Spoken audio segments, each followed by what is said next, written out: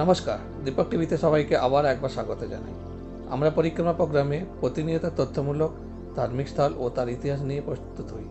তাই আমরা আজও একবার এক মন্দির নিয়ে আলোচনা করব। এই মন্দিরের তথ্য শুনলে আপনিও অবাক হবেন। চলুন শুরু করা যাক।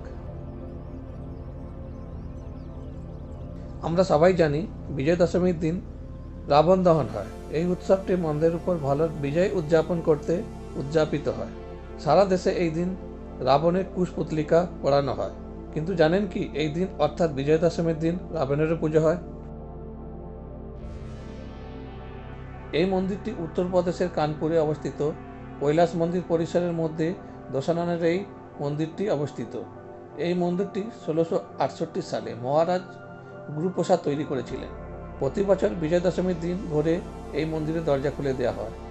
এই মন্দিরের বিশেষত্ব হলো মন্দিরটি বছর শুধুমাত্র একদিনই খোলা হয়।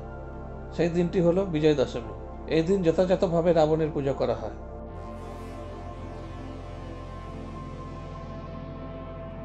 এর পিছনে ভক্তদের যুক্তি হলো, রাবণ শুধু পণ্ডিত ছিলেন না, সে সাহসী ও বীর যোদ্ধা ছিলেন। রাবণকে 10 মহাবিদ্যার পণ্ডিত বলেও মনে করা হয়। তার জ্ঞান ও বীরত্বের মতো গুণের জন্য পুজো করা হয় বলে শ্রদ্ধালুরা মনে করেন। তারা আরও জানিয়েছেন, এই দিন যারা রাবণের পূজা করেন সে জ্ঞান ও বীরত্ব উভয়ই প্রাপ্ত করেন।